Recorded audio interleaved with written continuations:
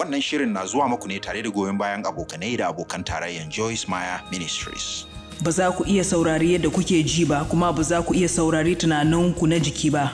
Dole ne da gaskiya ku je ga maganar ku kuma saurari wannan ƙaramin muryar Allah mai natsuwa.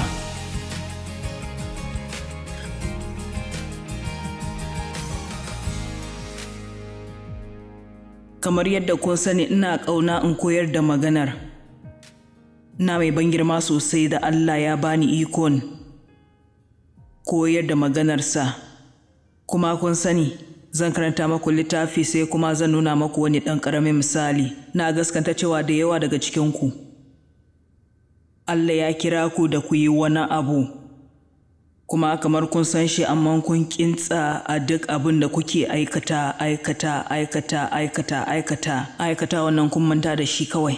Kuma ina ganin wasu daga cikinku suna da mafarki, kun rasa mafarkinku ya ɗauki lokaci da tsayi sosai, kun ƙare a kan shi ko menene. Kuna da wahayi kuma ba dukan kuke da wahayin yin wani abu kamar abin da ina aikata ba. Amma ban damu ba idan mafarki ne na tsabtace muhallinku.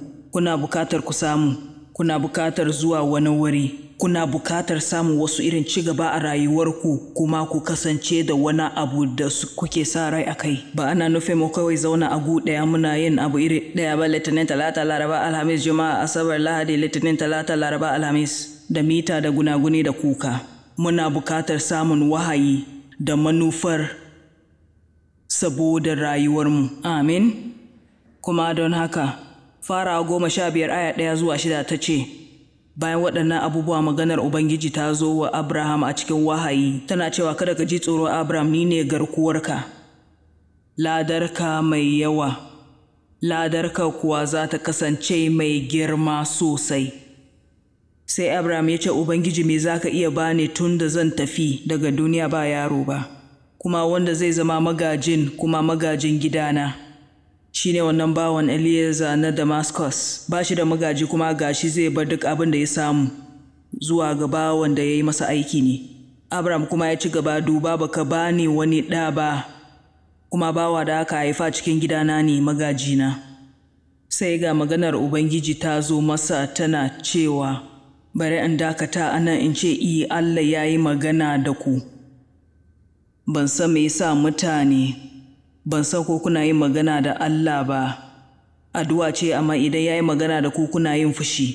Kuma ina nufin duk cikin littafi mai tsarki daga farko zuwa ƙarshe, Allah ya yi magana da mutanensa, kuma mu ba daban ba ne. Allah ya nuna mana abubuwa, ya kuma faɗa mana abubuwa. Maganar Ubangiji kuwa ta zo masa tana cewa, wannan mutum ba zai zama magajinka ba, amma wanda zai fito daga jikinka shine zai zama magajinka. Yanzu ina son faɗa maku cewa al'amarin bai faru nan da nan ba. Zancen gaskiya bai faru ba na dogon lokaci. Kuma kun sani, sa'ad da muka jira, kuma muna jira, kuma muna jira, kuma muna jira, ku nawa kuke jira? Ya yi daidai. To ɓangare na dalilin da Allah ya sa ya kawo ku nan shine domin in tunashe ku cewa kada ku ƙarayya.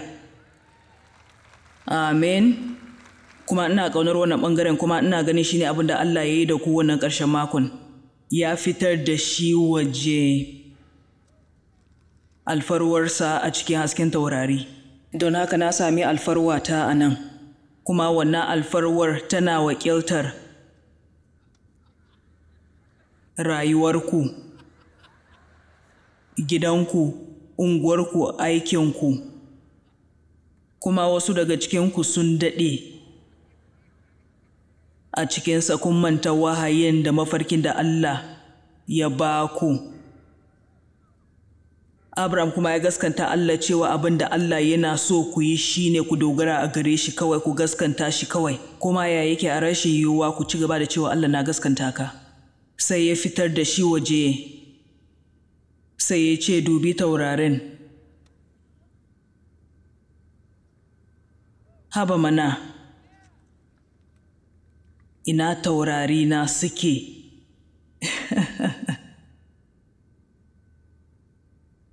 Ya kuma fitar da shi waje daga alfarwarsa, kuma ina ƙaunar wannan. Yana kamar ya daɗe a can ciki, ya rasa wahayinsa.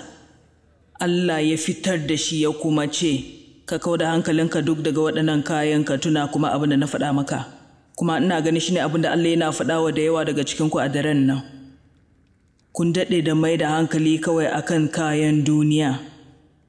Lokaci ya yi don tunawa da abin ban mamaki. Haba mana da Allah yana son aikata a rayuwarku. Amin. Ya yi daidai haba mana ku ɗaga murya fiye da haka ga Yesu. Ya yi. To ina shekaru 45 a aikin bishara. Shekaru 5 na farko abin da na yi shi ne koyar da ma'aurata nazarin littafi mai tsarki na gida. Kuma na yi aminci ga mutane 25 da suka zauna a ɗaben ɗaki na zama na shekaru 5. Kuma watakila na ƙara karatu kenan ko fiye da yadda nake a yanzu. Domin ban san komai ba. Irin yana da wuya ka koyar da wasu mutane idan baka san komai ba.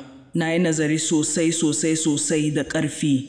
Kuma waɗannan shekaru 5 na farko jarabawa ne gare ni. Allah kuma yana jaraba aminci na.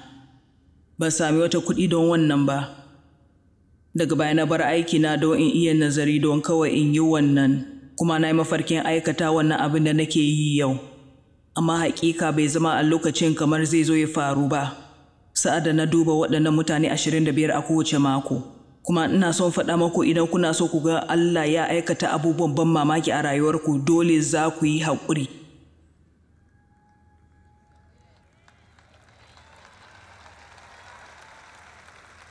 Domin abu guda ɗaya da Allah baya ciki shine baya cikin gaggawa.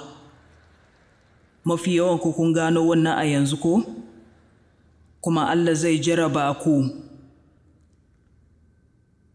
Kuma wani lokaci zai zama kamar babu hanyar da abin da ya gaya maku zai zo ya faru. Kuma waɗannan lokuta ne sa'ada gaba da dukan kiyayya kuna bukatar ku ce Allah na gaskanta ka. Ban fahimci wannan ba. Yana da zafi baya yin kyau ba shi da wata kyau. Amma na yarda da kai. Yanzu ban san yadda zan yi wannan ba da nake fama ta wurin wannan. Don haka kuma duk wahalata kuna samun ribar daga wannan domin yanzu zan iya faɗa muku hanyar da ya dace a yi shi. Ko da ba sa hanyar da ya dace in yi shi ba, dole ne in koya komai wuyarsa. Ba ni da wani wanda zai iya gaya mani mutane na tambaya ta wasu lokuta. Wane ne horas da ke ruhu mai tsarki ne? Ba ni da Joyce da za ta yi wa mutane wa'azi kowace rana a TBN da Daystar da duk waɗannan wuraren a faɗin duniya. Zancen gaskiya sa'ad da na fara aikata wannan babu mata da yawa da suna yin wa'azi kuma musamman ba ko wani irin wannan babba haka. Amma yanzu godiya ga Allah mata suna ganewa cewa suna da ɗan amfani idan za su bar Allah ya yi amfani da su. Amin. Daidai ne. Kuma ina so faɗa muku wani abu kuma ina so ku gaskanta wannan saboda Allah. Yanzu ta kira wasu daga cikinku zuwa wajen aikin bishara. Amma ba haka ba ne wannan ba shi ne abu mafi mahimmanci da za a kira ku yi ba. Za a ribato mutane da yawa ɗaya da ɗaya fiye da za a samu aure kamar wannan. Kuma abin da yana da mahimmanci sosai a gare ni shine cewa zan iya sa ku fahimci yadda kuna da muhimmanci. Ku daina kallon mutane kamar ne kuna cewa, ina son yin aikin bishara kamar Joyce. Kun san me watakila ba za ku yi ba. Domin ina son faɗa wannan wani ɗan ƙaramin ƙanƙanin ɓangare ne daga cikin abin da zan yi domin in tsaya a nan in yi wannan. Don haka kuma idan Allah ya sa ka yi, ka yi. Amma idan ba haka ba ka yi farin ciki da wa'azi ga makwabcinka. Amen. Kuma dukanku kuna da bagadi, kowane ɗaya daga cikinku yana da bagadi. Ya yiwu bangon bayan gidanku ne, ya yiwu teburin zamanku ne a wurin aiki. Wataƙila yayin da kuna barin wurin sayan kayan abinci ne. Kuma ba lallai ne ku yi wa mutane wa'azi ba. Zancen gaskiya wasu lokuta ya fi kyau ku yi rayuwar a maimakon magana ba tare da aiwatar da rayuwar ba. Amen. Kowa na tunanin cewa yin shaida shine samun wani allungu a yi masu wa'azi, amma kuna yin shaida da rayuwarku fiye da za ku taɓa yi mai yiwuwa. da bakinku. Amen. Don haka ni yanzu ina da shekaru 79.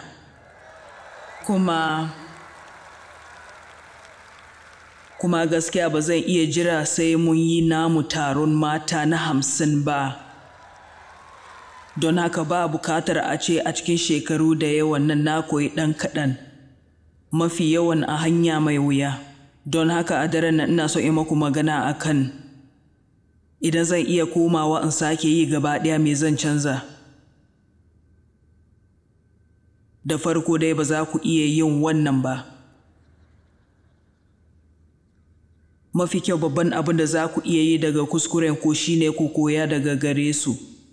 Sa'annan kuma ɓangaren zarafin da nake da shi shine na yi amfani da kuskurorin da na yi a lokacin in kuma taimakawa wasu mutane da su. Da begin kada su yi ba, amma yawancin mutane suna ci gaba da yin su. Ta koyaya domin muna nan kamar marasa wayo ne wanda kawai sai mun gano shi da kanmu. Amin. Amma kai, na fuskanci waɗansu abubuwa masu wuya. Don haka da farko dai abu na farko da ba zan iya yi ba, idan zan sake yi shi ne ba zan sake aure mutum na farko da na aura ba, wanda ba Dave ba ne. Na bar gida sa'ad da nake shekaru 18, mahaifina yana cin zarafina ta yin lalata da ni har iya lokacin da zan iya tuna. Watakila ina kamar shekaru 12 zuwa 15 shine abin da nake iya tunawa. Don haka ban sani ba ko ina shekaru 3 ko 4 ko 5 ko 6 ne ba, amma na sani ina yar karama sosai. Kuma mahaifiyata ta san hakan.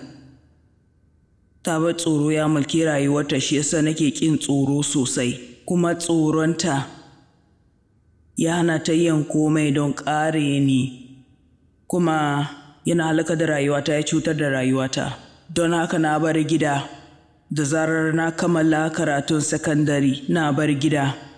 Ina shekara 18 a watan 6 sa'ad da na kare karatun a wancan lokacin. Don haka na shekaru 18 sa'ad da na bar gida. Kuma na yi tunanin cewa na rabu daga matsalata. Ban gane cewa na ɗauke ta a rai ba. Duba. Za ku iya zama da kyau a waje ku kuma zama da cikakken rikici a ciki. Kuma shi ne gaskiyar abin da yawanci mu muke yi. Muna murmushi ga juna cikin majami'a sai mu ce yabo ga Ubangiji kuma godiya ga Yesu. Ɗaukaka ga Allah kuma yaya kake, ina lafiya, na gode Yesu. Kuma ba mu nan lafiya ba. Kuma ɗaya daga cikin abubuwan da muna buƙatar yi shine yin gaskiya wa junanmu. Yin gaskiya, maganar gaskiya da mutane da za ka iya amince da su, kuma ka ce ina buƙatar taimako daga Allah. Abubuwan ba su yi daidai ba, muna buƙatar daina zargin kowa kawai akan kuskurorin da suke yi a rayuwarmu. Mu ɗauki hakin. Amma zan iso wannan a cikin 'yan mintoci. Yanzu na aure mutum na farko da ya neme ni domin na matsu. Ina tunanin babu wanda zai taɓa so ni domin an ci zarafi na ta yin lalata da ni. Don haka kuma wannan mutumin yana da kyau gani, kuma na yi tunanin cin arziki ne. Na sani, yanzu ku saurare ni, na san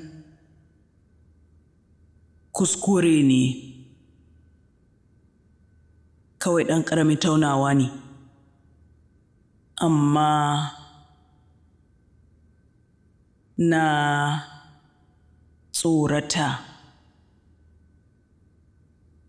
kuma na matsu. Don haka na yi koya da kuma ina son faɗa muku kar ku yi haka. Kar ku matsu sosai har ku yi wani abu mai cutarwa. Zai zo ya jawo muku matsalolin shekaru da shekaru da shekaru. Ibrahim yana jiran Allah ya ba shi ɗa. Allah ya gaya mashi zai zama ɗan jikinsa. Yanzu ba zai haihu ba sai daga jikinsa. Sai sun gaji da jira, don haka sun sami shiri na jiki akan yadda za su samu nufin Allah. Ba mu taɓa yin wannan ba, muna yi kyakkyawan ra'ayi. Na san abin da Allah yana so in yi.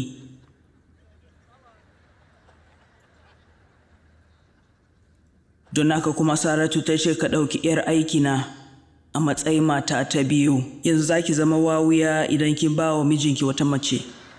Amma domin adalci a al'adance wancan bai yi nesa daga ɗabi'ar da aka saba da shi ba a lokacin. Kuma gaskiya ba na iya tunanin yadda abin yake aiki ba, amma ko ta yaya dai kun gane. Yana nan kamar za ki iya samun shi a daren, ni kuwa zan same shi gobe da dare. Ban sani ba, wannan ba zai yi kyau sosai ba, ban tsammani ba. Kuma don haka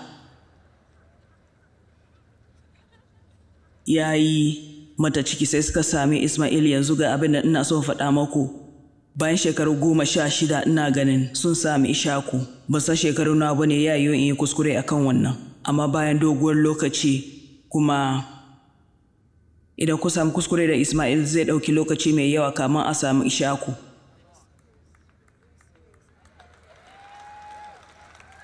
Domin sa'an da ku samu Ismailu dole ne sai kun kula da Ismailu. Yanzu za ku sami kun gane ku shiga ruhu tare da ni a nan ɗan kaɗan. Abin da ina faɗi shine idan kun tashi kun kuma yi abinku, to zai ɗauki lokaci da ku sami abin da Allah yake da shi cikin tunaninsa. Don haka kuma kuna iya gajiya da jira, amma idan kun gaji da jira sai kun tafi kun kayanku, za ku sa kanku jira na doguwar lokaci ne. Kulla yaumin magabci kuma zai yi wasa kawai da Ismailu a fuskarku yayin da kuna jiran Ishaku. Na tuna ina cikin California. Na so in yi wa'azi kamar yadda nake yi a yanzu sosai, ba zan iya jimrewa ba. Kuma duk abin da na yi kaɗan ne. Kuma ba ni da wani ƙananan mafarkai. Ni ba mutum ne mai son kaɗan ba. Ina son kowanne abu babba, kun gane. Idan za ka yi shi ka yi shi. Idan za ka sa shi ya yi ƙyalli, ka sa shi ya haskaka, kun gane. Kuma ina son babban ɗakin wanka, ina so kun gane, ina son sarari. Kuma na kasance a California, na samu aiki na yin magana wadda na yi matukar murnar samuwa. Kuma na kwance a gadona wata rana sai na yi addu'a kan wani yanayin da ya afko domin wani mutum ya zo wa Dave da ni. Kuma shi ina gani za ku iya kiran shi wakili. Sai ya ce kun gane gaskiya kun iya yin abin nan da kuke yi, kuma idan za ku yi zan son ɗauke ku a matsayin abokin ciniki kuma in zama wakilanku. Kuma zan iya samun muku ayyuka na yin magana. Zan iya samun maku a nan, kuma zan iya samun maku a can, kuma zan iya yin wannan da wancan da wani abu kuma. Da kyau shine Ismailu na. Kuma ba ku san tsananin yadda na so in ce ba. Amma yayin da na kwanta a wancan gadon da ranan can, na gane zurfin nan cewa Allah ya ce zan yi abin da akwai bukatar a yi. Zan samu maki gayyata zuwa wurare. Zan buɗe maki kofofi. Kada ki yi wannan. Kuma na yi farin ciki sosai da ban yi ba, domin da zan rasa abin da Allah yake da shi ga rayuwata. Na dai son ku yi kula sosai domin littafi mai tsarki ya ce a kwanaki na ƙarshe za a yi babban ruɗani. Babban yaudara na zuwa akan duniya. Kuma wannan na nufin ba za ku iya saurarar yadda kuke ji ba, kuma ba za ku iya saurari tunaninku na jiki ba. Da gaskiya kuna samun kalmar ku kuma saurari wannan ƙaramin muryar nan na Allah. Kuma sau da yawa baya zuwa cikin kalamai kawai dai za ku sani kawai. Yana kawai. Ina fatan da Allah zai ihu kawai wasu lokutan, amma yana magana a cikin hankali. Kuma ku mai da hankali ga waɗannan maganganun.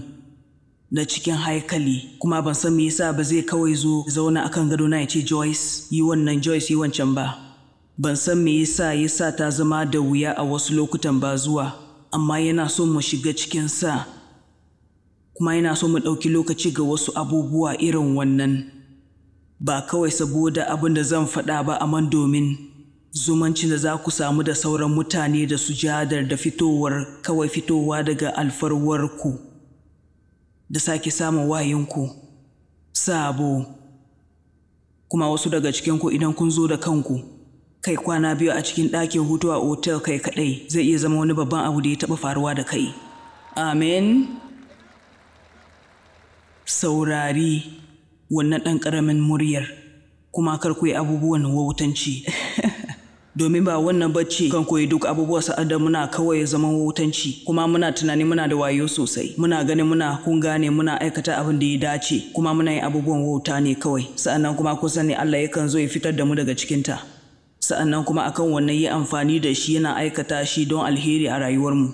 Don haka na auri wannan mutumin, kuma mun yi aure na shekaru 5, kuma watakila a cikin shekaru 5 ɗin mun mai yiwuwa mun zauna tare ne na watanni 6.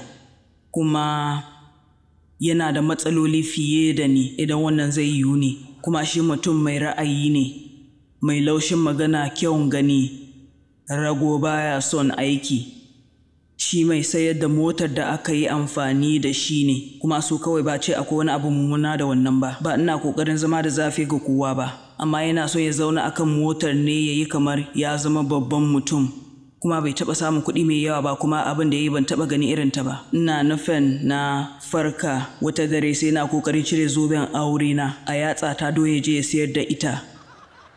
Kun gane? Kuma ba zan iya ko gaya muku sau nawa mutumin ya ɓace kawai ba. A waɗancan shekaru 5 zai bar gida zuwa wani wuri, kuma ba zai dawo ba har watanni 4 ko watanni 5. Sai kuma ina nufi ya yi banza da ni a California sau ɗaya, kuma shi ina shekaru 18 ya ɗauko ni zuwa Albuquerque, New Mexico.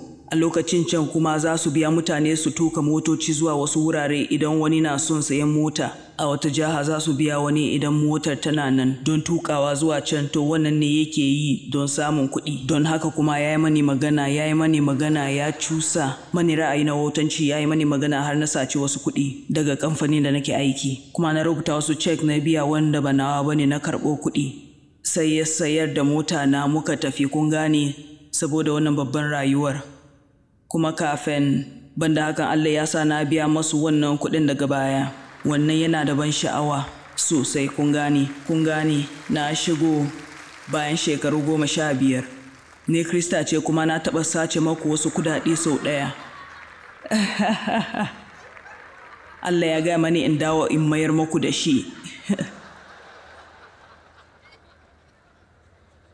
Ba kuma ina cewa kun gane kada ku yi abin da na yi ba, amma ku sani sa'ad da Allah ya ce maku ku yi wani abu gara kun yi shi, saboda mutane suna aikata abin da sun gan daman aikatawa a maimakon aikata abin da Allah ya ce masu su yi. Kuma wannan ne yi mani wuyan aikatawa, ba na son in yi wannan. Na yi tunani to idan na tafi kurkuku fa. Kun gane, wasu lokutan ku ɗauki dama sa'ad da Allah ya ce maku ku yi wani abu, ba za ku iya damu da abin da zai faru da ku ba. Iyakar abin da ya kamata ku damu da shi shine aikata abin da Allah ya faɗa muku.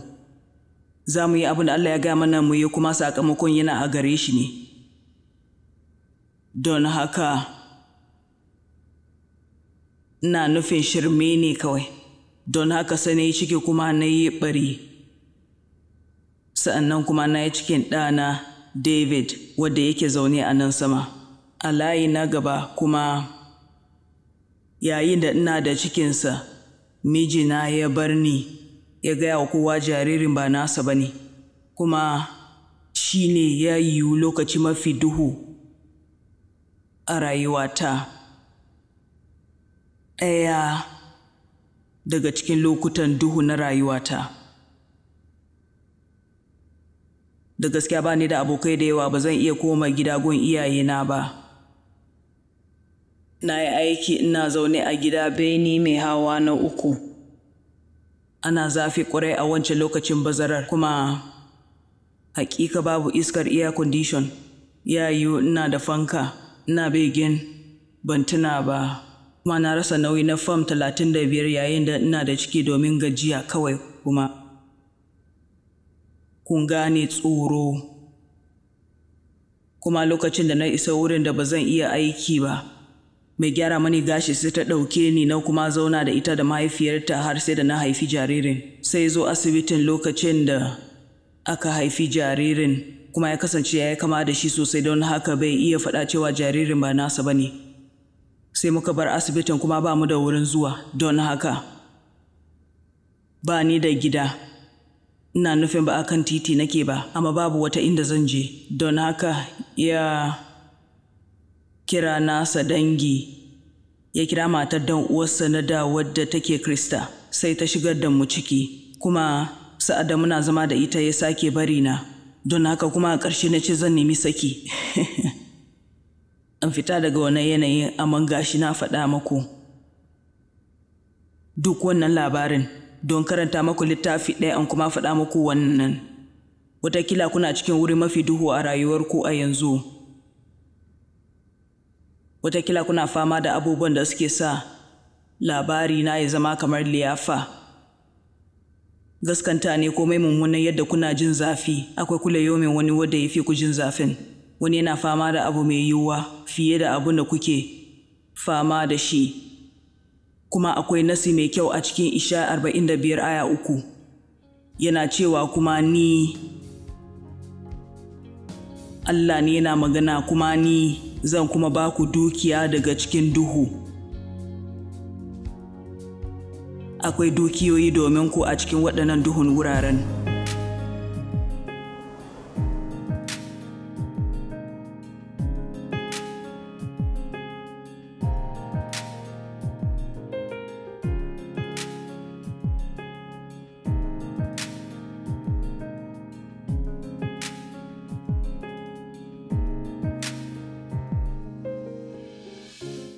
Wannan shirin na zuwa muku ne tare da goyon bayan abokanai da abokan tarayyar Joyce Meyer Ministries.